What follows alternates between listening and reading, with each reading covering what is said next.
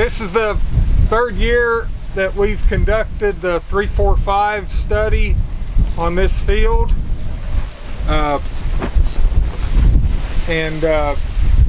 We'll start here with the drip corn.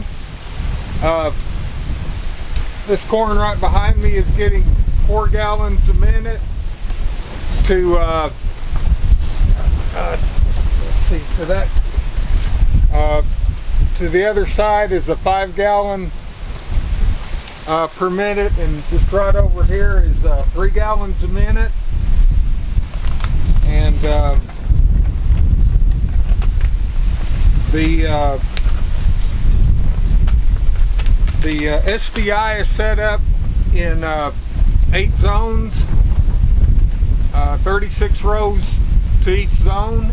When it's irrigated, we're irrigating 2 zones at a time. And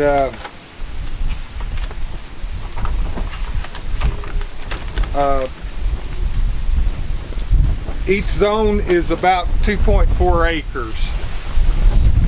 The irrigation plan is ran by Lindsay FieldNet,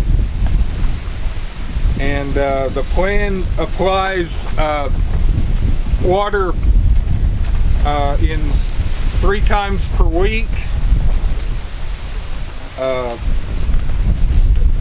so that the 3 gallon a minute receives 1.14 inches per week.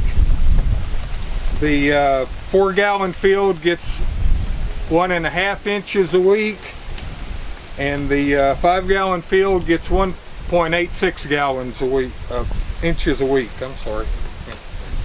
The variety is Dynagrow 58 VC 37 RIB. It was planted on May the 25th at 32,000 plants per acre, and we had about 5.5 inches of rain in April and May prior to planting. We've received about 8.8 inches during the season, and then the irrigations have been so far 8.43 on the 3 gallon, 9.99, 10 inches on the 4 gallon, and 11.5 inches on the 5 gallon. You'll notice, guys, on this corn, on drip corn, and I know we don't have a lot of drip corn up here, but you know, the plant doesn't look as viable and as pretty as it does on the sprinkler. But you got to remember, in a sprinkler conditions, you got water on top of the ground, you got humidity, you got cooling off effect, so you're going to have a prettier plant. The water on the drip is under the ground, okay? So it has enough water for the plant, it just doesn't look like it cools off on top, and it doesn't present itself as a prettier plant. But if you'll notice the ears and the projection of yield, it's pretty dang good, pretty efficient. I guess if we have time? Yeah. Okay. We're in the 3rd year now of comparing the drip line to PDMI or the Dragon line with 30-inch drop bubblers. And when you look at the probe data, and Russ he's going to be here to go over some of this stuff maybe at lunch if we have access to it. But when you look through the season, and I'm really wanting the PMDI to work. I mean, it makes so much sense to have that kind of technology. But when I look overall, and some of the issues as far as managing the Dragon line, and maybe we're just not doing it right. I don't have the true Dragon line where we're tying our drops down and forcing them down the bottom of the row. What happens with ours in some places where we're off a little bit, invariably the PMDI, the drip line rides up on the leads, which, you know, when you look down the row, I don't see that that's really an issue. And Tom, you can add anything with some of the stuff that you see. We've been very pleased. But as far as the management goes, when you look at our moisture probes and you compare the bubblers with the Dragon line, and bubblers are so much easier to manage because you're not having to worry about when you're backing stuff up, I still have issue with that. And you look at yields. Now, last year was a little bit of an anomaly, and we're not sure. We'll look at this year. There was a pretty good yield bump when you looked at the PMDI versus the bubblers on the 3, 4, and 5 on all three of them. But I'm not convinced that we'll see that this year. So I think we need to give that a few more years, and we're going to give this plenty of time and research before we start, adding a lot in our own operation with the Dragon line.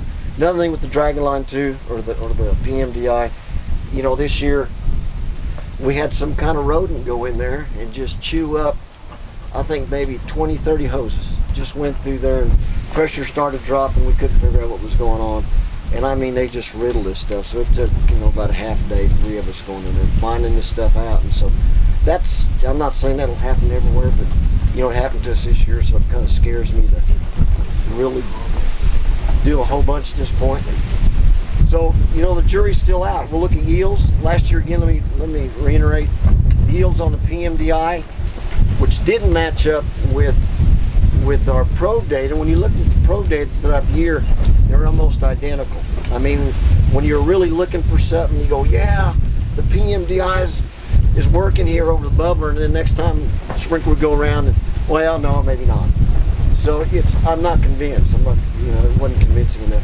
Same thing this year. It's kind of like this, except maybe on the lower, the 3 gallon per minute. That looks a little bit more promising as far as the drip line goes. You can kind of see where we're filling the profile up a little bit more each pass. But then there's some times they're just kind of even. So there again, there's not anything definitive to make that argument. But again, I love that technology, and I think I'm wanting to make it work. But you got to look at the numbers, and the conversion is a lot more expensive. What is the conversion cost? I couldn't tell you. It's been, maybe Tom's got some numbers. We got $170 an acre in the conversion. Okay. And I think you can do the conversion on bubblers, Tom, maybe half that? Well, that's with the bubblers already in place. Okay. But we're going to alter what we're doing a little bit, and I think cheapen that up some, but 170 is going to catch it very good.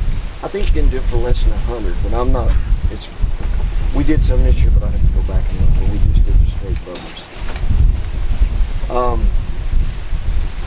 What else? On our drag line, we made no provision for watering the crop up, and we had some issues with that initially, because I didn't want to have to go in there and be pulling stuff off and adding stuff. Some people are set up that they can spray and get the crop up.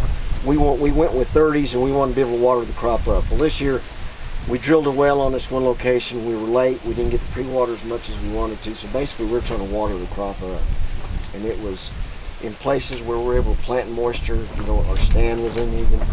Crop looks great now. It's probably the best that I've seen underneath it in the last 3 years, even 2015. So we'll wait and see. My idea is maybe a combination of the two: one drag line, one bubbler. That way we can spray. I don't know. We're gonna try some of that too. Okay. They're on 30s.